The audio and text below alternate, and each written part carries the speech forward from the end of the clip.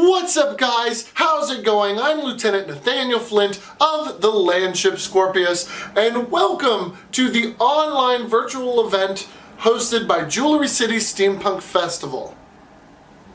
This was made possible by the New England Steampunks. Thank you all so much. I'm a part of it, you're a part of it. It's great, isn't it, that we can all come together and make a virtual event work. Today I have been asked to do a presentation for you, so we are going to be doing steampunk character creation. It is a panel or a presentation I've done for Jewelry City in the past, and I will be making this video version for them today. So before we get started with this video, if you haven't already, like this stream. It took a lot to get this virtual convention together. A lot of people worked very hard. A lot of skills were learned by a lot of people to learn YouTube and streaming and how this all works. There's a lot of people from behind the scenes who I know personally, so I can tell you that you will help this stream succeed by smashing that like button, subscribing to the New England Steampunks channel, and supporting any of their videos they upload to their channel in the future.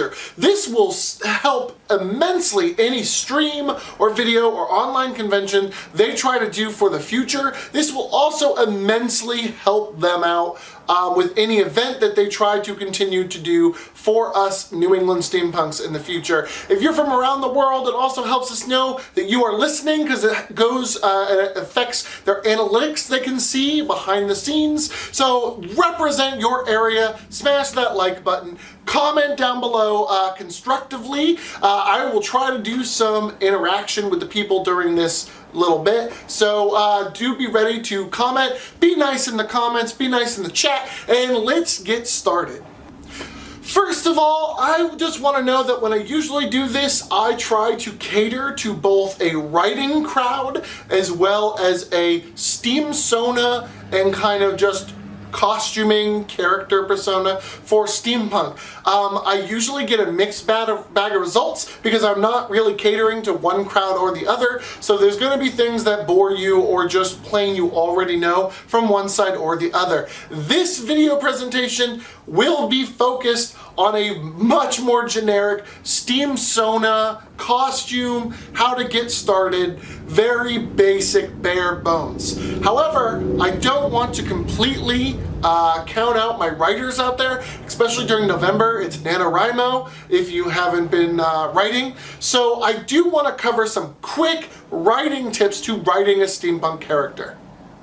My first tip is gonna sound especially to writers, but let's be fair. If you're a writer and you already know a lot of this stuff, then you're not coming here to write a steampunk character. You already get it. But step one is, if you're a writer and you're trying to write a steampunk character, you just write a character.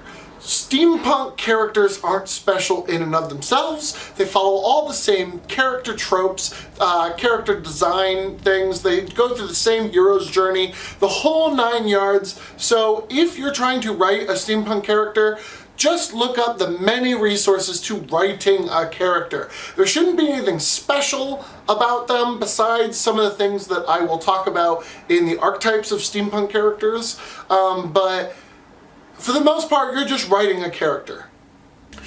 That being said, there are some things I want to point you towards to just help with thinking deeper about your steampunk characters in your writing. And I've already kind of said one here. It's the hero's journey. The hero's journey is a belief that all characters of all types go through a similar type of journey to create a story that we love to watch, or to create a trilogy. They come in many forms, they come in different ways. Different types of characters will complete them in the same, or maybe not the same, or even not complete their hero's journey.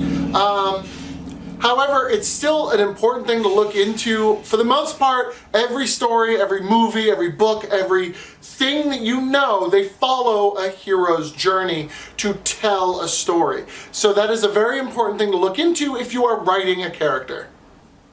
I also want to point you towards the Proust questionnaire. I also want to point you to Aaron's intimacy test. And I also want to point you towards the Myers-Briggs test. Doing a test as your character for the Myers-Briggs will help you think about your character in a different way than you would normally have thought, and it could give you some interesting insights into how they'll react to certain situations, as well as kind of what kind of role they'll fill in their own society. This is a very good way to just get a deeper look into your characters. Again, most of us writers know that this is a very basic thing, but to a new writer or to a new person just creating a steampunk character, these tips could be invaluable. I also want to talk a little bit about the inner and outer circle of description of your characters. So the inner circle will be things like their name, their age, their past, their descriptions, their kind of role in the group, their costume. These are things that are outwardly available of the character for the readers, as well as literally out there for other characters to see. It's called the outer layer. It is just the top bit of kind of what makes them them. I also want to talk about the inner circle. The inner circle is like the core of your character. These are things like if they're introverted or extroverted. These are things like their long-term goals, their fears, their their certain personality traits, their hero's journey arc, like where are they supposed to be going for your story. These are things that will affect how they act, how they react, how they interact with other people, the whole 9 yards, all the acting. It really affects how they behave and how they will react to conditions that the writer puts them through or that you will be put into while you are LARPing as your character. And with that, that's really all I'm going to be touching on the writing side. I'm so sorry, writers, but I just alienate too many people when I get into the nitty-gritty. So now let's talk about the more Steam Sona side and getting into what a steampunk character is. So a Steam Sona is kind of the character or costume that you take over when you make a steampunk character. A lot of people go to events, they go to festivals, they go to LARPs, or they just interact online as their Steam Sona. This is a special name that they give themselves or give their costume so that they can interact as a steampunk to other steampunks. This is not required by any means, but it is surprisingly common, especially in the New England steampunk community. This really kind of sets us apart from other steampunk communities as we have a very heavy emphasis on having a Steam Sona, a character, an alliance. From what I hear, they have a similar thing in Australia where they're just all about the characters and the story and some of the LARPing and interactions with other steampunks, while in other communities like the West Coast steampunk community are much more on the maker side, on the fashion, on the costume, where you are you, but you are dressed up as steampunk and you just have an amazing thing. There's less emphasis on having a Steam Sona. That doesn't mean they don't exist out there. I'm pretty sure Saturday and Sixpence came from the Southwest, and they, are very Steam Sona-y. Steam Power Giraffe is from the east, from the West Coast. They are, textbook Steam Sonas. So by no means is this the rule, but I've got a lot of comments for people who come up to New England events. They're just surprised that everyone has one and everyone's kind of on board with going by names. Even I go as Lieutenant Nathaniel Flint of the Landship Scorpios on my YouTube channel, the Landship Scorpios. And I've been going for that for 10 years in the steampunk community. So even I still go by a Steam Sona. That doesn't mean I'm any different. That doesn't mean I'm always in costume. It's just what I choose to do. And with that, let's kind of get into what it takes to kind of make a steampunk character. So let's talk about the inspiration that you get when you go to make a steampunk character. I'm pretty sure by this point in the stream, hopefully there's already a Steampunk 101 or someone doing a what is steampunk to ease you in. But if not, steampunk is basically Victorian science fiction, and it's very hard to define and nail down. There's a lot of wibbly wobbly room. I hope whoever did a 101 did it. I have one on my channel. It's very hard to nail down. You can find tons of what is steampunk or steampunk 101 kind of videos on YouTube that you're on right now, and every single person doing the presentation will have a different interpretation of what that means. Generally, to make it easy, we're going to call it Victorian science fiction or a Victorian fantasy, industrial fantasy. People call it retro post-apocalypse. This will also kind of fit in with a steampunk vibe. Retro futuristic is another term that is thrown around when talking about steampunk, just as accurate as any other term.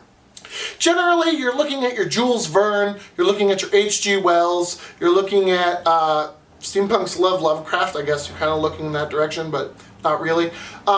It's just this idea of this Victorian age, industrial revolution, steam and top hats, kind of doing a twist with it. Something science fiction-y, advanced technologies, airships, etc. You get the point, let's move on. So when people look for inspiration, you're going to be looking at steampunk stuff to get your inspiration from. Steampunk blank. This is a really popular one. You see it everywhere. It's almost a rule of the internet. You could almost call it rule steampunk or give it a number that is appropriate.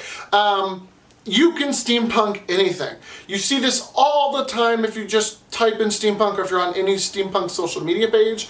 This is your steampunk Batman. This is your steampunk Iron Man. This is your steampunk Abraham Lincoln. This is your steampunk Sarah Palin. This is your steampunk Mickey Mouse. Steampunk blank. You take a entity, a character, a person, a historical figure, and you steampunkify it.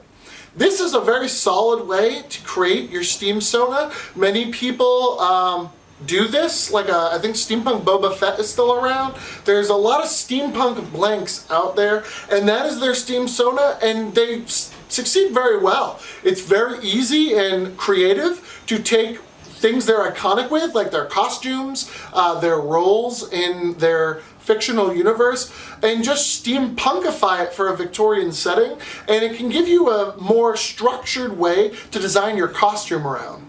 A lot of people want to also do steampunk them, and this is also a great way to start. What do you do for a living? Are you working retail? Are you a pilot? Do you do driving for a living? These are all things that you can work on and create a steampunk you. I'm just me, I'm just steampunk. Instead of being a mailman, I am a steampunk mailman. And this is what I would do. You can look into Victorian outfits and things, and you can just steampunkify you. This is an easy thing. You don't really have to role play or anything with other people. You're just you. But steampunk, this is very, very common, especially with newer steampunks, to just throw on a bowler or a top hat and just be you, but dressed up and interacting with other people that you have an interest in, a shared interest in. So this is a great way to get into steampunk as well. Another thing that people design their steampunk character around is the prop. This is the people who have an awesome laser gun, a steampunk laser gun. These are the people that make the retractable steampunk wings that are amazing. These are people who have the puppet, the steampunk robot that they walk around with. And then what ends up happening is you design your steam sona or a steampunk character around a prop that you're interested in, or a prop that you have, or something you made. This is a very common way that steampunks end up being made. For instance, you have this cool laser gun, you have this cool hat, you don't have a character. So who would use or require this steampunk laser gun? Did you invent it? Is this your mad invention? Does it set you apart? Or do you have a specialized job? Are you a ghost hunter? Do you hunt dinosaurs in the Amazon? Are you a soldier and you're fighting the war for the Empire?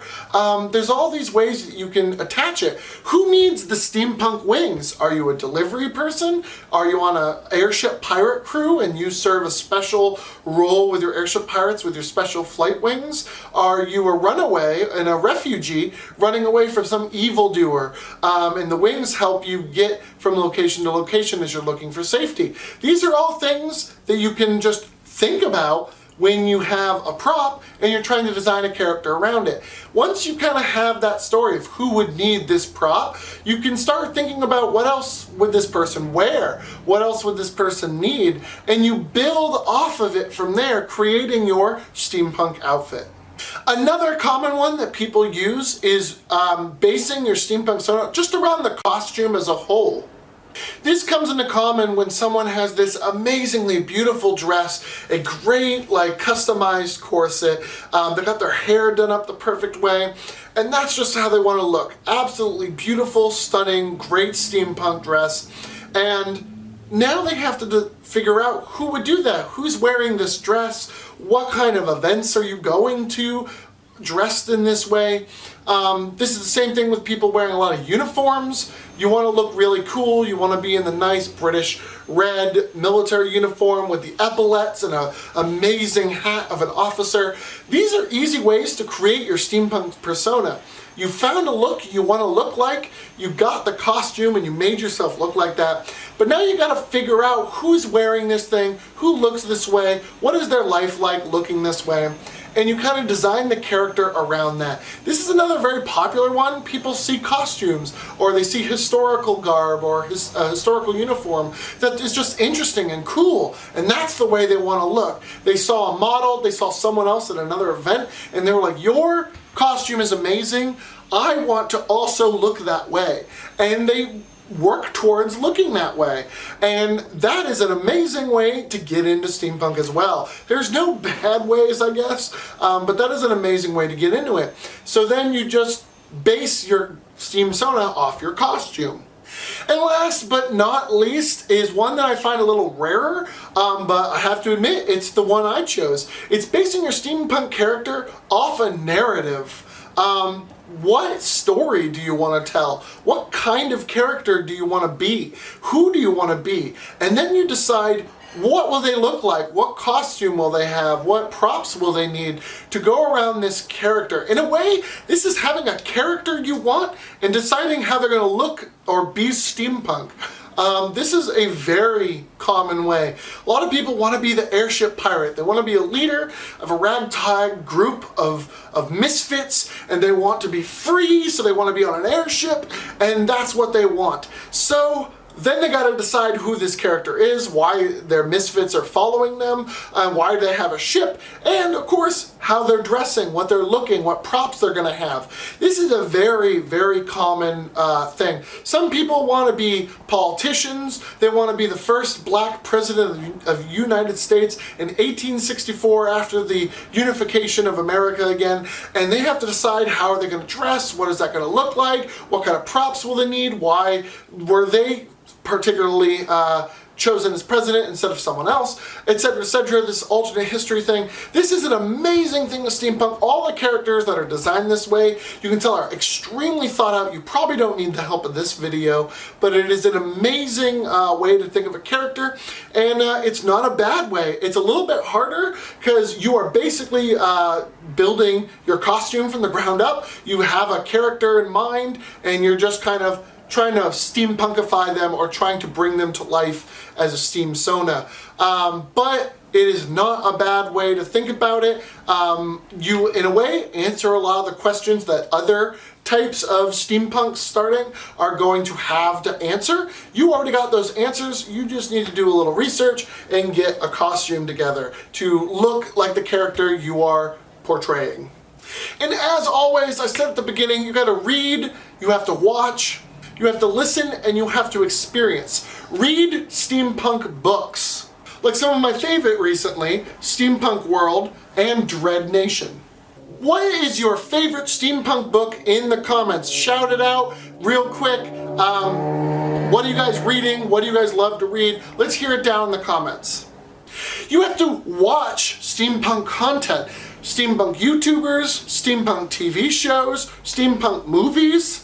Things like Steam Boy, Wild Wild West, League of Extraordinary Gentlemen, too many examples to name. Steampunk movies, TV shows, YouTuber. What is your favorite? Let's get a shout out down in the comments real quick. Listen to steampunk things, steampunk podcasts, steampunk audiobooks would count as listening, and I would go as far as the steampunk music. Things like Steam Powered Giraffe, Professor Elemental, Walter Sickett and the Army of Broken Toys. There are so many that I'm not going to name here. Someone else might be covering it in the stream. But if you have a favorite steampunk artist, steampunk podcast, steampunk audiobook, give that a shout out in the chat. Just let us know real quick who your favorite is. And experience steampunk. Go to events when we can go to events. Go to events. Go to meetups. Meet who is local, who is into steampunk with you. Go to conventions and support the people doing Steampunk 101s or Steampunk tea parties or whatever. Go and meet them, say hi, support them, and see who else is interested in this stuff in your area or at the local anime or comic book event that you love to go to. And of course, when all out fails, if there's nothing around you, do it yourself. Host a steampunk tea party. Have a steampunk mini sandwiches eatery. Do a steampunk day at your local museum. Dress up and walk through the museum with a bunch of strangers you've never met. Create your own steampunk world in which to interact with. Or join one that's already online. Maybe citizensvanford.com. These are all amazing ways to experience steampunk. We can sit here and talk about it all you want. There is no experience like going to a steampunk convention or a steampunk festival. It is indescribable. So if you have a favorite steampunk event that you'd like to go to, by all means, shout out in the chat right now. Let us know what you're missing, what the event is, and try to see who else loves that event around you. Shout out to Jewelry City, if you didn't know, and Watch City in Waltham. Another thing that you really want to do while creating a steampunk character or steampunk persona is research. It's not always fun, I agree, it's very nerdy, but you're going to learn a lot of cool stuff. And you're going to learn a lot. You're going to get a lot of really cool things. Earlier I gave the example of a steampunk mailman. Do research on what Victorian era mailmen were. How did it work? How much did it cost to ship a package, to ship a letter, to ship a child? Not joking. What were their uniforms like? Did they have a special hat? All these things are really cool and can go a long way with making your character. What was the life like? How long were they expected to be on the road? How long would their route be? If you are a steampunk mailman on an airship, how long can that route be considered? What kind of situation can you be expected to mail and send and ship? What kind of life are you living? Are you rich? These are all things that can be researched. Also, similar things such as what kind of words and lingo did they use?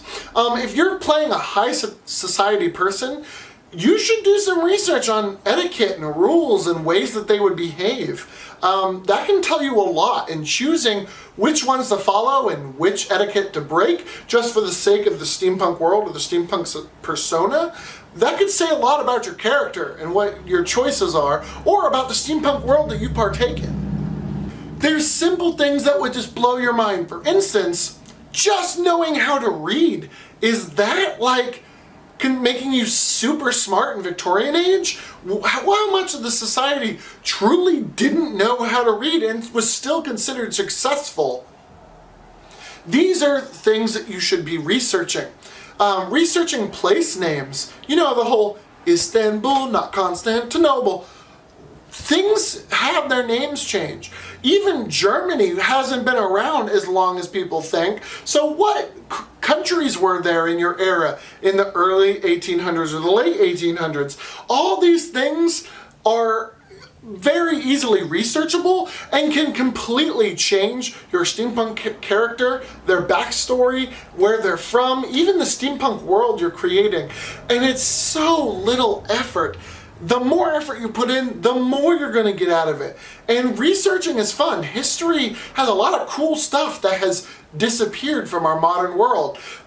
There's a lot of things, so many things that are just so interesting. There's also so many things that are so close to what we have now that we wouldn't think about them having back then. It's just, doing a little bit of research is fun, and it's a part of making your character and your costume, and you can get a lot of good inspiration out of doing some research. So please, do some research.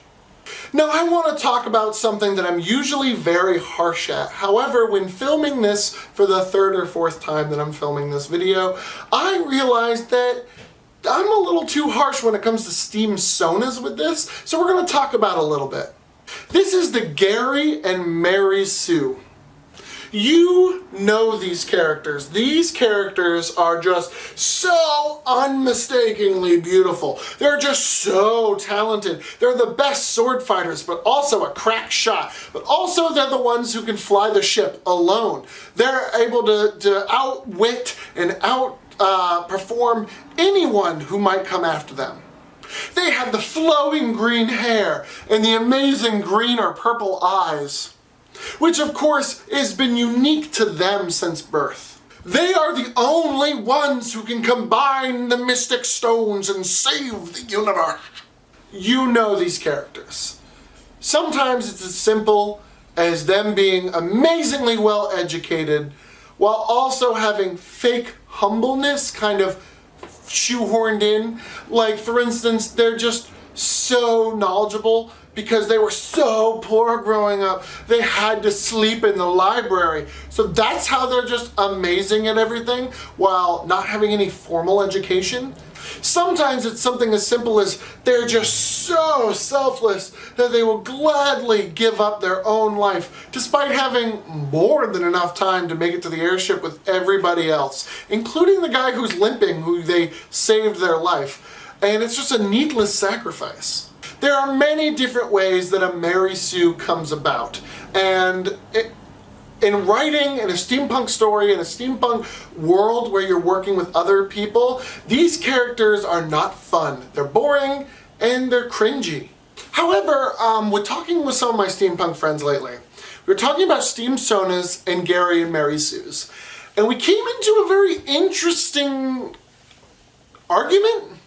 So when it comes to a Steam Sona and a Gary or Mary Sue, the best way to destroy a Gary or Mary Sue is just to give them flaws. Sometimes it's just as simple as limitations, making them a real human being, but sometimes it's literally giving them flaws.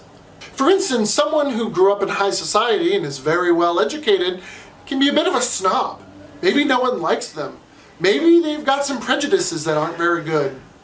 These are all things that would happen realistically. However, when you're talking about a Steam Sona, no one wants to be around the ultra-educated, super posh jerk. So it kind of makes sense that you want a character who is nice and bubbly and everyone likes, and maybe also sticks out and has the special mechanical arm that works perfectly because it's just a costume. Sometimes no one really wants to have their own things. Like, in a way, in a very small way, we are playing dress up. We are trying to fantasize our way out of reality that is already depressing into a more fantastical, turning ourselves into the hero of our own story. So in a way, we've kind of decided that depending on the situation, Gary or Mary Sues actually make good Steam Sonas as long as they're likable, you're kind to other people, and I mean, it goes with your costume. You can be forgiven. My only thing is that if you're going to branch into writing or LARPing with other people, you really want to dial that back, or you want to do it with a different character. No, it's not fun. No one wants to be the sidekick to your story. They are also there to be the protagonist and to have skills and to work. No one wants there to be, let's say, Captain Marvel, who doesn't need the other Avengers to get anything done. Everyone wants to work together like the original Avengers. Not saying Captain Marvel is bad. I'm not getting into that here. I'm just saying that, like, when you're working with other people, or if you're writing a story where there's other characters and other things to consider, Gary or Mary Sues are not good. They are anti-good. They're poisonous to whatever they touch. However, as a Steam Sona, I think we can give them a pass. If that's just who you are, you're the queen of whatever situation, or you're just the most beautiful, rich, most well-educated, but also can fight, like, we'll give you a pass. It's your Steam Sona. We're all kind of ridiculous here, and it'll work out. No one wants to be the, I don't know what you would say, no one wants to be the one who can't read in the group. Even though in Victorian times, you know, that might be more common than you would think, but no one wants to be that way in their group of steampunks. And now we're going to do a lightning round going through the steampunk archetypes. This video is starting to get a little long. I don't know exactly how long it will be, but we're going to go through the steampunk archetypes, and it's going to be great. And get prepared for some audience participation. First up, we're going to talk about the steampunk pirate, the bandit, the rogue, the robber, the raider. These are a staple of steampunk. You see them everywhere.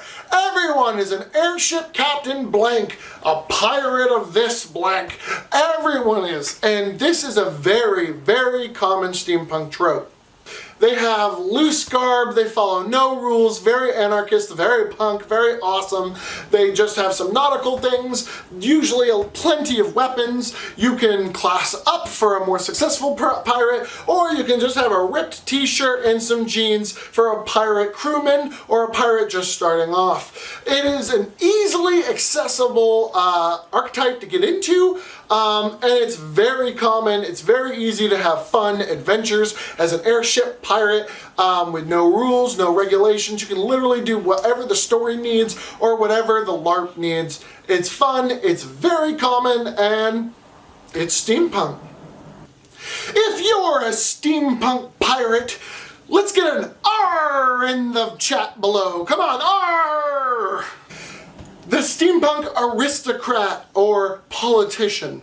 This is another very common one. This is very top-notch clothing and very fancy dresses, cravats, very elaborate velvet coats, jewels and other types of gadgetry that are just very, very high class. This is speaking in a very good accent and getting to be very knowledgeable in the subject that you did with your, 3 or 4 doctorates at the academy. Yes. These are people who are in control. These are your emperors. These are your queens. These are your presidents. These are those kind of characters. These are your senators and ambassadors. These are very prim, proper, usually well-dressed characters. This is a great way to show off your fancy Victorian dresses, corsets, your great suits. Very common as well. If you're a steampunk aristocrat or a steampunk politician, let's hear a hear, hear. Next we have the doctor or the scientists. This is where you get a lot of your lab coats and big goggles and crazy hair, your beakers and burners, your surgical equipment and leather aprons. This is the smart genius who is either misunderstood with all of their experiments, or they are a lifesaver who has life-saving surgeries and medicines that have revolutionized their world. These are your steampunk botanists or your cryptid creature hunters. Also, your steampunk plague doctors who are saving the world from a zombie virus. If you're a steampunk doctor or a steampunk scientist, let me get a "It's alive! It's alive!" in the chat. Next, we have the steampunk adventurer. This is a very common one, especially in New England. I've seen a lot. These are your pith helmets and khaki wearers. These are the ones with the big game hunter guns on safari, hunting dinosaurs in the Amazon or in the Congo jungle. These are also the time travelers, clock and clock pieces everywhere because they don't know what time it is. They're quirky, they're adventurous, they're knowledgeable, and they're here to stay. For now, anyways. If you're a steampunk adventurer, let's get an Excelsior in the chat. Next, we have a steampunk tinkerer or the steampunk inventor. These are different from the doctors or scientists because they're not so much about the science as much as the mechanical nitty-grittiness. They have an invention or a part in mind, and they're just trying to invent the next big thing. They can be rich and do this for a living. They're always coming up with great little gadgets just to make the day better. Or they could be poor. They're looking for their big break in the junkyard, trying to get out of their bad situation. If you're a tinkerer or adventurer, in the chat below, can I get a "It's working! It's working!" Next, we have a group that's a little bit underrepresented, but I can think of a few good examples right now in my head of steampunks who do this. It's the steampunk laborer. You're nothing too special. You're working the nitty-gritty. You're the people who are actually in the front of the train feeding massive boilers. You're the people working in the airship, not really riding in the airship with the other fancy passengers. You have soot all over your face, dirty goggles, and you're probably wearing jean overalls to protect you from the bad conditions you're in. These are the people who built the railroad, or were the people who built the space elevator into the sky. This nitty-grittiness is a really cool side of steampunk that I've seen a lot, especially at Watch City. There's a group that does this very well, and I've seen in other events and other pictures, but it's not as common as you would think. It's just the steampunk laborer. If you're a steampunk laborer, can I get a "We can do it" in the chat? Next is another one that is really popular. It's the steampunk soldier or the steampunk officer. These are people that take advantage of the amazing Victorian era and either side of the Victorian era. Such a grand difference in military uniforms from country to country and even from unit to unit.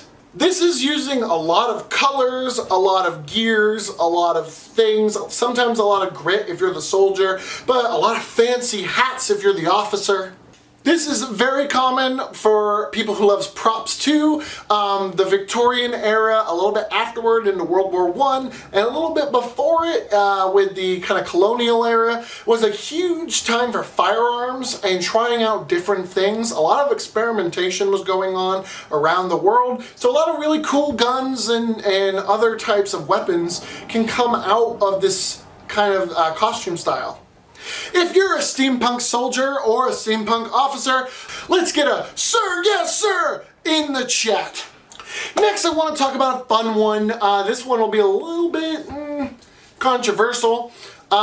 It's the steampunk Lolita or the steampunk dandy.